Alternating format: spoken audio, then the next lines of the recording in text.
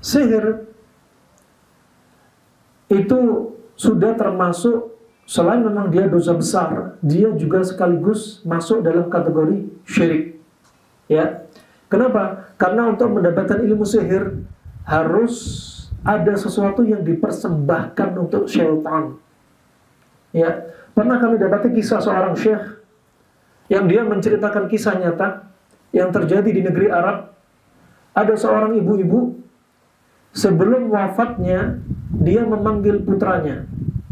Ya, ibu-ibu ini ditutup dengan kain sitar tirai. Dia memanggil anaknya, cerita kepada anaknya, "Wahai anakku, kamu tahu siapa yang membunuh bapakmu? Yang membunuh bapakmu adalah ibumu ini. Ibumu kirim sihir kepada bapakmu karena bapakmu mau nikah lagi. Saya nggak mau bapakmu nikah lagi, sehingga saya sihir dia." Subhanallah. Dan kamu tahu siapa yang membunuh anakmu, cucuku? Siapa? Akulah yang membunuh cucumu. Ya. Ketika itu aku untuk mendapatkan ilmu sihir, aku berangkat, nasallahu alaihi, aku berangkat setiap malam di kuburan, setiap tengah malam. Dan aku dibisikin untuk menari dan telanjang di atas kuburan. Dan pada pertemuan kesekian kalinya aku dibisikin untuk membunuh cucuku sendiri. Nasallahu alaihi. Setelah itu aku menguasai ilmu sihir dan aku sihir bapak kamu. Ya, tinggal kamu sisa amal jariahku. Jika kamu memaafkan ibumu ini, silakan doakan ampunan untuk Allah. Jika kamu tidak ridha, maka aku akan dapat siksa Allah. Jika kamu tega untuk melihat diriku, silakan buka tirai ini. Dibuka tirainya, subhanallah, semua tubuhnya dimakan belatung, kecuali mata dan mulutnya. Ini siksa dari Allah di muka bumi bagi mereka yang mempelajari ilmu sihir. Nah, subhanallah, ada di antara satu kisah yang lainnya disebutkan adalah ulama pula dari muhadharah mereka. Ya, tatkala ada seorang wanita yang dalam keadaan mengitari Ka'bah, ya, melaksanakan umrahnya, wanita ini berputar tawaf 7 kali. Setelah usai tawaf, wanita ini bertanya kepada orang yang di depannya, "Mana Ka'bah? Apa yang kau lakukan? Selama ini kamu tawaf di mana?" "Ya, saya tawaf karena ikut kalian tawaf.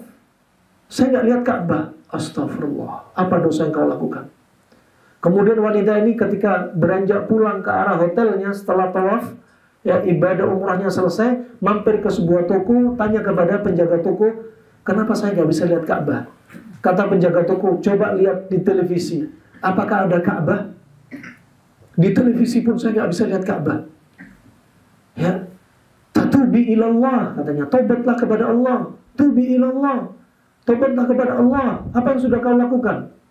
Kemudian wanita ini cerita, sebelumnya tugas dia adalah sebagai bagian memandikan jenazah. Ya, setiap memandikan jenazah ada para dukun tukang sihir ingin meletakkan tali ikatan sihirnya, bukhulnya di mulutnya jenazah. Nanti akan kita ulas, ya, sihir jenis ini sihir apa saja. Ada yang dibakar, ada yang diasapin, ada yang ditimbun, ditanam, dibuang ke laut, ada yang bau-bauan dan lain sebagainya. Wa subhanallah, ya, semua jenazah dititipin para dukun untuk dimasukkan ke dalam mulutnya. Ya, sampai sebelum berangkat umrahnya dia cerita mendapati seorang anak umur 3 tahun dimasukkan tali ikatan sihir bukhulnya ke dalam mulutnya, kemudian dimuntahkan sama mayit si anak kecil ini.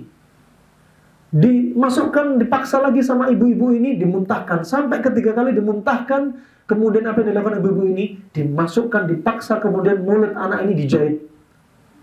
Dan iqabnya, dia nggak bisa lihat Ka'bah. Ya, syukur dia masih diingetin oleh Allah Subhanahu Wa Taala. Wa ini rahmanakumullah, ternyata sihir itu ada dan sangat dahsyat, sangat dahsyat.